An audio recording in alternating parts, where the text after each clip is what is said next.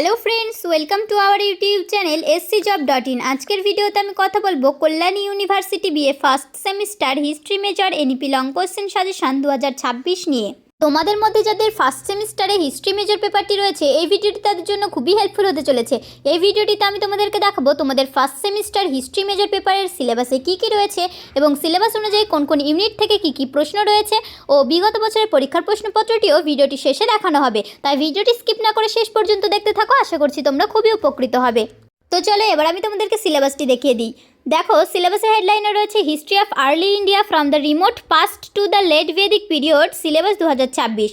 দেখো ইউনিট 1-এ কী রয়েছে, প্রাচীন ভারতের ইতিহাস চর্চা, ঐতিহাসিক ব্যাখ্যা, সাম্রাজ্যবাদী বনাম জাতীয়তাবাদী, বামপন্থী বনাম উদারনৈতিক গোষ্ঠী, সমাজতন্ত্রী বনাম ধর্মীয় গোষ্ঠী।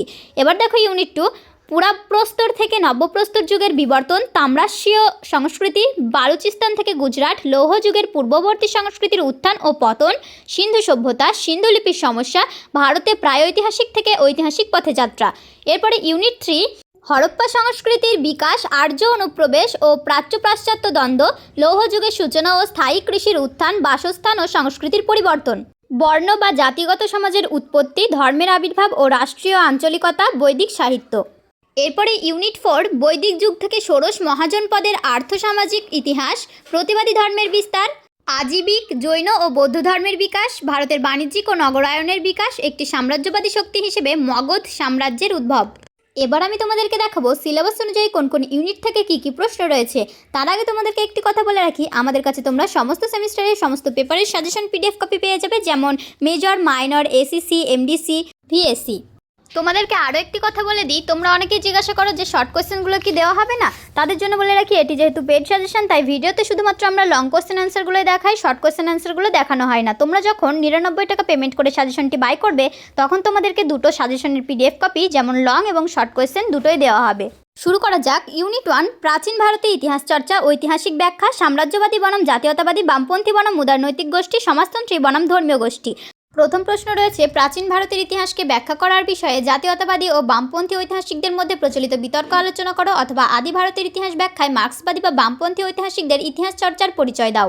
আমাদের সাজেশনে প্রত্যেকটি প্রশ্নের উত্তর খুবই সুন্দর পয়েন্ট আকারে দেওয়া রয়েছে। প্রত্যেকটি ইউনিটের বেশি গুরুত্বপূর্ণ প্রশ্নোত্তরগুলি সাজেশনের প্রথম দিকে এবং কম গুরুত্বপূর্ণ প্রশ্নোত্তরগুলি তারপরে সাজানো রয়েছে।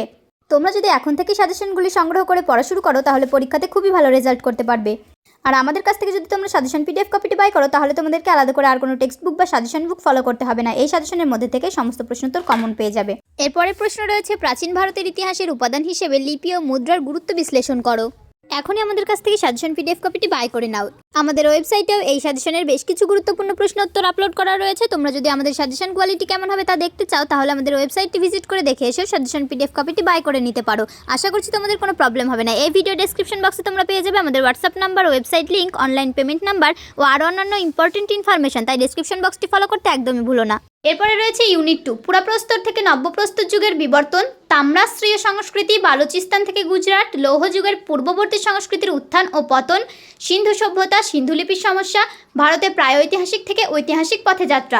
প্রথম প্রশ্ন রয়েছে, ইতিহাস চর্চায় ঐতিহাসিক ক্ষেত্র অনুসন্ধান ও উৎখননের ভূমিকা নিরূপণ করো, অথবা প্রাচীন ভারতের ইতিহাস চর্চায় ঐতিহাসিক প্রত্নক্ষেত্রের উৎখনন ও আবিষ্কার পদ্ধতির ভূমিকা সংক্ষেপে আলোচনা করো। তোমরা যদি আরও অন্যান্য সেমিস্টার এবং অন্যান্য পেপারের সাজেশন ভিডিও দেখতে চাও, তাহলে আমাদের চ্যানেলটি সাবস্ক্রাইব করে রাখো। সাজেশন সম্পর্কে যদি তোমাদের কোনো রকমের কোনো প্রশ্ন থেকে থাকে, তাহলে এই ভিডিওর কমেন্ট বক্সে জানিয়ে যেতে পারো। প্রয়োজনে আমাদেরকে হোয়াটসঅ্যাপও করতে পারো। তোমরা আর কোন কোন সেমিস্টারের কোন কোন পেপারের সাজেশন ভিডিও দেখতে চাচ্ছ, কমেন্ট বক্সে লিখে জানিও।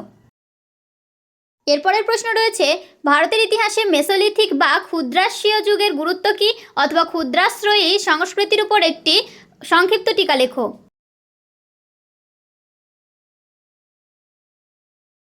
এরপরের প্রশ্ন, তাম্রস্যীয় সংস্কৃতির পরিচয় দাও, অথবা বালুচিস্তান থেকে গুজরাট পর্যন্ত তাম্রস্যীয় সংস্কৃতির প্রসার আলোচনা করো।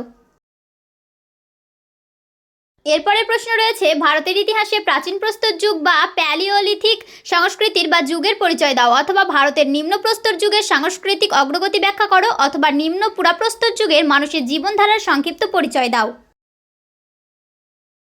এরপরের প্রশ্ন, দক্ষিণ ভারতের নব্যপ্রস্তর বা নিওলিথিক সংস্কৃতির গুরুত্বপূর্ণ স্থানগুলোর বিবরণ দাও। অথবা ভারতের উপমহাদেশে নিওলিথিক বা নবাস্মীয় পূর্বের সংস্কৃতির বা মানুষের জীবনযাত্রার সংক্ষিপ্ত পরিচয় দাও। অথবা পাথরের যুগের শেষ পর্যায়ে নতুন পাথর বা নব্যপ্রস্তর যুগ বলতে পরিচিত। অথবা নতুন প্রস্তর যুগের সংস্কৃতি বা নিওলিথিক সংস্কৃতির গুরুত্বপূর্ণ কেন্দ্রগুলির পরিচয় দাও।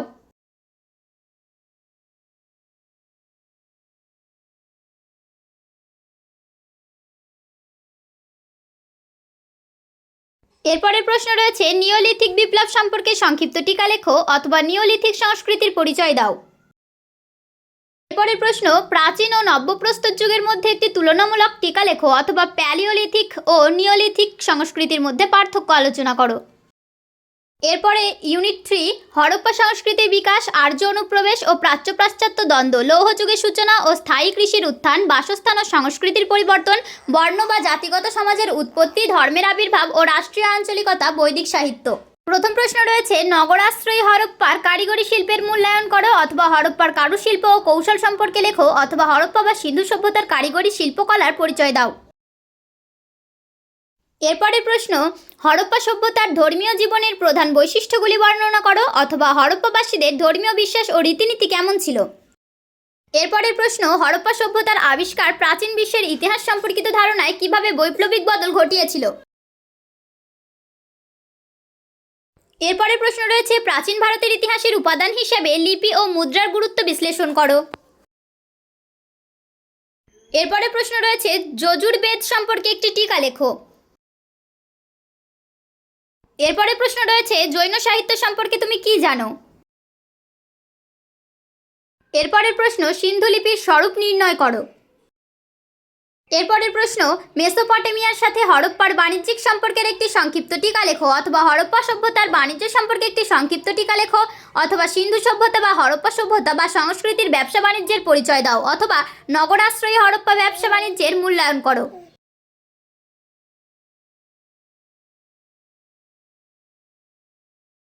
এরপরের প্রশ্ন, ভারতের ইতিহাসে হরপ্পা বা সিন্ধু সভ্যতার অবদান আলোচনা করো। অথবা ভারতীয় সংস্কৃতির বিকাশে সিন্ধু সভ্যতার অবদান উল্লেখ করো। এরপরের প্রশ্ন, সিন্ধু সভ্যতার অন্তর্গত উপকূলবর্তী শহরগুলো সম্পর্কে একটি টিকা রচনা করো। এরপরের প্রশ্ন, সিন্ধু সভ্যতার সামাজিক ও অর্থনৈতিক জীবন ব্যাখ্যা করো। এরপরের প্রশ্ন, সিন্ধু বা হরপ্পা সভ্যতার বৈশিষ্ট্যগুলি লেখো। অথবা হরপ্পা সভ্যতা কতটা নগরাশ্রয়ী ছিল। অথবা হরপ্পা সভ্যতার নগর পরিকল্পনার প্রধান বৈশিষ্ট্যগুলি নিয়ে আলোচনা করো। অথবা হরপ্পা সভ্যতার নাগরিক জীবনের পরিচয় দাও। অথবা হরপ্পা সভ্যতার নাগরিক বৈশিষ্ট্যগুলি ব্যাখ্যা করো। অথবা হরপ্পা বা সিন্ধু সভ্যতার অবদান আলোচনা করো। অথবা ভারতীয় সংস্কৃতির বিকাশে সিন্ধু সভ্যতার অবদান উল্লেখ করো। এরপরের প্রশ্ন, সিন্ধু সভ্যতার সঙ্গে সমকালীন অন্যান্য সভ্যতার সাদৃশ্য ও বৈসাদৃশ্য বিশ্লেষণ করো। পরের প্রশ্ন, 4টি বেদের মূল বিষয়সমূহের উপর একটি সংক্ষিপ্ত আলোকপাত করো। অথবা বৈদিক সাহিত্য হিসেবে ঋগ্বেদ সম্পর্কে সংক্ষেপে আলোচনা করো। বৌদ্ধ সাহিত্য সম্পর্কে তুমি কি জানো। অথবা বৈদিক সাহিত্যের উপর একটি সংক্ষিপ্ত টিকা লেখো। এরপরে রয়েছে ইউনিট 4, বৈদিক যুগ থেকে ষোড়শ মহাজনপদের আর্থরাজনৈতিক ইতিহাস, প্রতিবাদী ধর্মের বিস্তার, আজীবিক, জৈন ও বৌদ্ধ ধর্মের বিকাশ, ভারতের বাণিজ্যিক ও নগরায়নের বিকাশ, একটি সাম্রাজ্যবাদী শক্তি হিসেবে মগধ সাম্রাজ্যের উদ্ভব। প্রথম প্রশ্ন রয়েছে, খ্রিস্টপূর্ব ষষ্ঠ শতকে ভারতের রাজনৈতিক কাঠামো বিশ্লেষণ করো। অথবা খ্রিস্টপূর্ব ষষ্ঠ শতকে প্রজাতান্ত্রিক ও রাজতান্ত্রিক জনপদের রাজনৈতিক অবস্থা সম্পর্কে লেখো। অথবা ঋগ্বৈদিক ও পরবর্তী বৈদিক যুগের ভারতের বা আর্যদের রাজনৈতিক জীবনের প্রকৃতি আলোচনা করো। অথবা ঋগ্বৈদিক যুগের ভারতের রাজনৈতিক ব্যবস্থার পরিচয় দাও।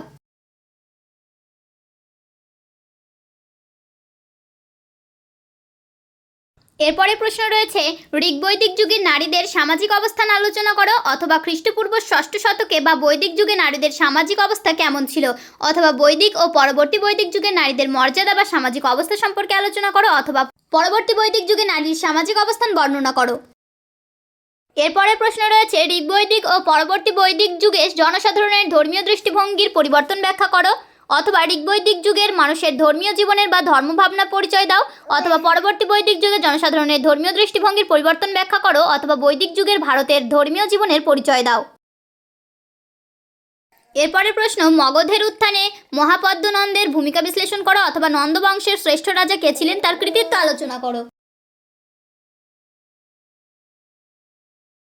এরপরের প্রশ্ন, মগধের উত্থানে অজাতশত্রুর ভূমিকা বিশ্লেষণ করো, অথবা মগধ মহাজন পদের উত্থানে অজাতশত্রুর ভূমিকা বিশ্লেষণ করো। পরের প্রশ্ন রয়েছে, মগধের শক্তিশালী রাষ্ট্র প্রতিষ্ঠায় বিম্বিসারের ভূমিকা আলোচনা করো। এরপরে প্রশ্ন রয়েছে, বৌদ্ধ ও জৈন ধর্ম কতদূর প্রতিবাদী ছিল, অথবা প্রতিবাদী ধর্ম আন্দোলনের উপর একটি সমালোচনামূলক টিকা লেখো। এরপরের প্রশ্ন রয়েছে, জৈন ধর্মের উত্থান ও পতনের কারণগুলি লেখো, অথবা ভারতে জৈন ধর্মের উত্থান ও বিস্তৃতির বিবরণ দাও। জৈন ধর্মের পতনের কারণগুলি কি কি? এরপরের প্রশ্ন রয়েছে, খ্রিস্টপূর্ব ষষ্ঠ শতকে মগধের উত্থানের কারণ কি ছিল, অথবা সাম্রাজ্য শক্তি হিসেবে মগধের উত্থানের পিছনে কোন কোন উপাদান গুরুত্বপূর্ণ ভূমিকা পালন করে, অথবা একটি সাম্রাজ্যবাদী শক্তি হিসেবে মগধের উত্থানকে তুমি কিভাবে বিশ্লেষণ করবে। এরপরের প্রশ্ন, ষোড়শ মহাজন পদের উপর একটি টিকা লেখো। এরপরের প্রশ্ন, ঋগ্বৈদিক জনসাধারণকে কৃষক সম্প্রদায় নামে অভিহিত করা কি যুক্তিযুক্ত, অথবা ঋগ্বেদের যুগের মানুষের অর্থনৈতিক জীবনের সংক্ষিপ্ত পরিচয় দাও, অথবা খ্রিস্টপূর্ব ষষ্ঠ শতকের মানুষের প্রধান জীবিকা কি ছিল আলোচনা করো। এরপরের প্রশ্ন, খ্রিস্টপূর্ব ষষ্ঠ শতকের ভারতের নতুন ধর্মীয় অভ্যুত্থানের কারণগুলো সংক্ষেপে বিবৃত করো। পরবর্তী বৈদিক যুগে নারী ও শূদ্রদের সামাজিক অবস্থান সম্পর্কে আলোচনা করো। এরপরের প্রশ্ন, বৈদিক যুগের সভা ও সমিতির মূল বৈশিষ্ট্যগুলি কী ছিল, অথবা সভা ও সমিতি কি বৈদিক যুগের রাজনীতিতে সেগুলির গুরুত্ব নির্দেশ করো। এরপরের প্রশ্ন, বৌদ্ধ ধর্মের মূলনীতি নিজের ভাষায় বর্ণনা করো, অথবা বৌদ্ধ ধর্মের মূল বৈশিষ্ট্যগুলি সম্পর্কে একটি সংক্ষিপ্ত টিকা লেখো। এরপরের প্রশ্ন, মহাবীর জৈন এর জীবন ও কর্মপ্রণালীর মূল্যায়ন করো। এরপরের প্রশ্ন, জৈন ধর্মের মূলনীতিগুলি নিজের ভাষায় আলোচনা করো। এরপরের প্রশ্ন, আজীবিক ধর্ম সম্পর্কে আলোচনা করো, অথবা আজীবিকদের সম্পর্কে তুমি কি জানো।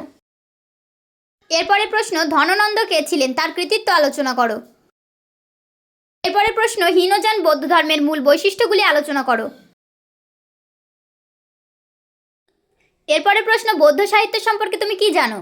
তো এই ছিল তোমাদের ইউনিট অনুযায়ী সাজেশনের প্রশ্নোত্তর। এবার আমি তোমাদেরকে বিগত বছরের পরীক্ষার প্রশ্নপত্রটি দেখিয়ে দেবো। তো দেখো, 2024 সালের প্রশ্নপত্র, Yuji first semester examination 2024 history major, full mark 60। এবার তোমরা দেখো, 1 নম্বরের দাগে তোমাদের 2 মার্কের যে কোনো 10টি প্রশ্নের উত্তর দিতে হবে। কি কি প্রশ্ন রয়েছে ভালো করে দেখে নাও। নম্বর থাকবে তোমাদের 20 নম্বর। কি কি প্রশ্ন রয়েছে খুব ভালো করে দেখে নাও।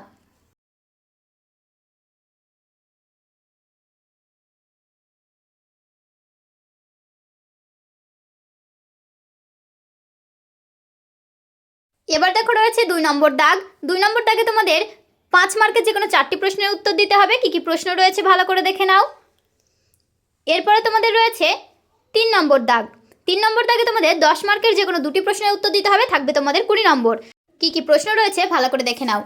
তো এই ছিল আজকে তোমাদের সম্পূর্ণ সাজেশনের ভিডিওটি যদি তোমাদের কাছে ভালো লেগে থাকে তাহলে ভিডিওটিতে একটি লাইক করে তোমাদের বন্ধুদের কাছে শেয়ার করে দাও, যাতে তারাও উপকৃত হতে পারে। ভিডিওটি যদি তোমাদের কাছে হেল্পফুল মনে হয়ে থাকে তাহলে চ্যানেলটি সাবস্ক্রাইব করে অল নোটিফিকেশনটি অন করে রাখো, এবং এরকম আরও হেল্পফুল ভিডিও সবার আগে দেখতে থাকো।